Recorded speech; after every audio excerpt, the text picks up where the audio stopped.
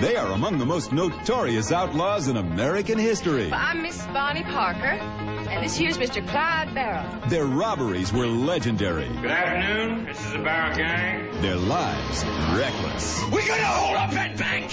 We're gonna take it. Their love destined to be cut short. You made me somebody they're gonna remember. Faye Dunaway, Warren Beatty in the Academy Award-winning classic, Bonnie and Clyde. Monday at 8 here on Channel 5.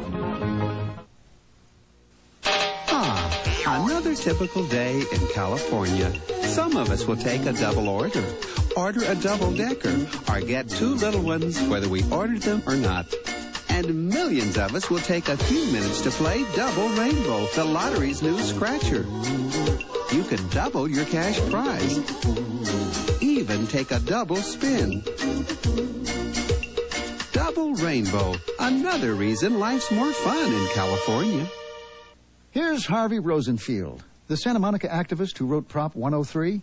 Harvey's pretty good at getting publicity for himself. Here's Harvey at a press conference, dumping manure. Here's Harvey at another press conference with gun-toting associates. Harvey knows how to get press, but does he know how to write an auto insurance initiative? Prop 103 lets government into the auto insurance business, and in New Jersey, that led to a $2.7 billion deficit. Vote no on Prop 103. Oh, no matter what you do, trust that I'll be there for you. You can depend on me, yeah. Feel the power of a friend. Know that time and time again. You can depend on me. New improved Kodak batteries last longer than ever. So when you need us, we'll be there. You can depend on me. Kodak batteries. Depend on us. Once again, welcome back to UFO Cover-Up Live.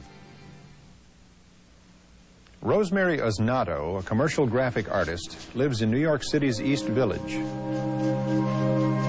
Rosemary suffered a broken kneecap last year and is recuperating from the injury.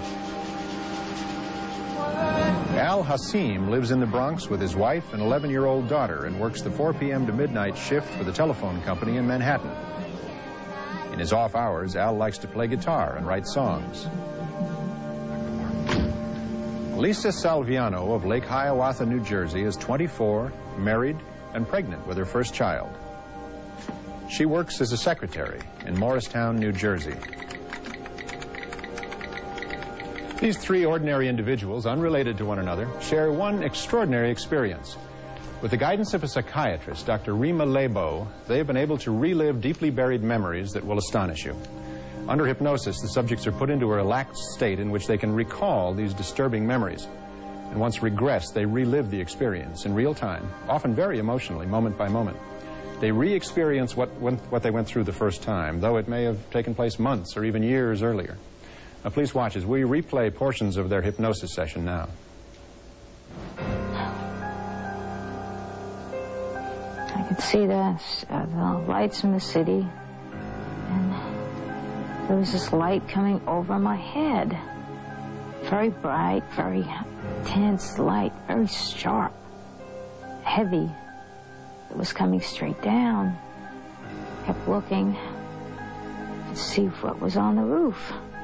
I'm trying to see what it is. I can't see what it is. What's preventing you from seeing it? Because it's so bright, I can't look through the brightness to see what it is. I was woken up. I was sleeping. And I woke up.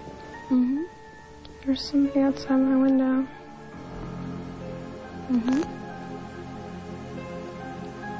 They wanted me to go out. And I didn't know how I would get out there because the window was there. But when I thought that, all of a sudden I started to move up and out. And I went through the window. And I thought that was so neat. Can you feel your feet on the floor and walking in a regular way? No. Oh. It doesn't seem like I walk because it seems like I don't say anything like when you walk, you You can see like things going up and down when you walk. This is smooth. When you get to the end of this walk, where are you? Some kind of control room or something. What makes it look like some kind of control room? Because it's like a big console in there. I think there was a table in the room. Table in the room. Like an eating table? Mm-mm. Oh, what kind of table? Like a doctor's office. Like they make me lie on it. Lie down on the table? You're lying on your tummy? On my back. On your back. When you're lying there, are you alone? No, they're all over. They're all over. Does anybody touch you? I think they do, yeah. Where do they touch you? I think like my arms and legs. Are you alone? No, they're all over. How many of them are there around the table? At least 4 or 5.